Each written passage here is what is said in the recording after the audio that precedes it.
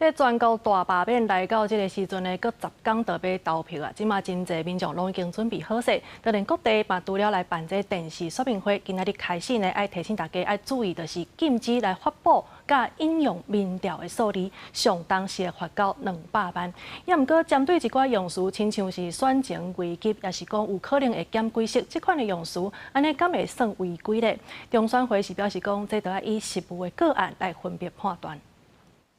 请确认是否为空箱。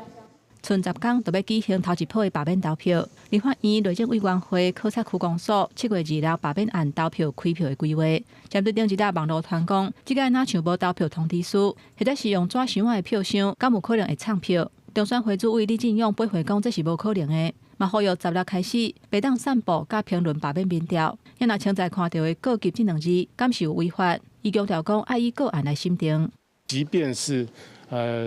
具有这个民调的这个外观啊，严格的说起来，并不是跟这个学理上所谓的这个民调有若干的差距，但是呢在我们实务上就个案的认定，还是会认为它是有违反规定的。像是各地罢免案都在举行公办电视说明会，罢免团体代表人甲面临罢免案的那亚立委亲身出面来对决。我们财法法修正以后，这一次是越穷的县市能够分配的越多，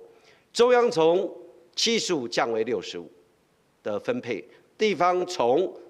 25增加为35的分配，花莲县每一年增加161亿元。为了政治利益，就可以跟妻子假离婚，同时又是炒股经济犯、内线交易前科、涉嫌违法出售理想大地土地的人来说，担任审核全国预算的立委角色，更是让人无法信任啊！台北市5个罢免团体10日在塔吊开记者会，控诉市长周万安在罢免的行动当中行政不中立，嘛提出第一线正红的资讯。对我们来讲哦，如果真的有违规事项的话，我们真的对公民来说，我们也觉得说好，那我们是理亏在先，我们下架是没有问题的。但问题在于说，王宏威委员他其实这样子的违规事项已经行之有年了。今日该记者会质疑的旧案，此前都已一一回复，是否对于已经说明厘清过的案件仍被回锅再炒，深感遗憾。面对质疑，台北市府强调讲，无论是租场地争议，也是空房检举的问题，拢是用同一个标准，依法申请、依法审核，大家拢同款。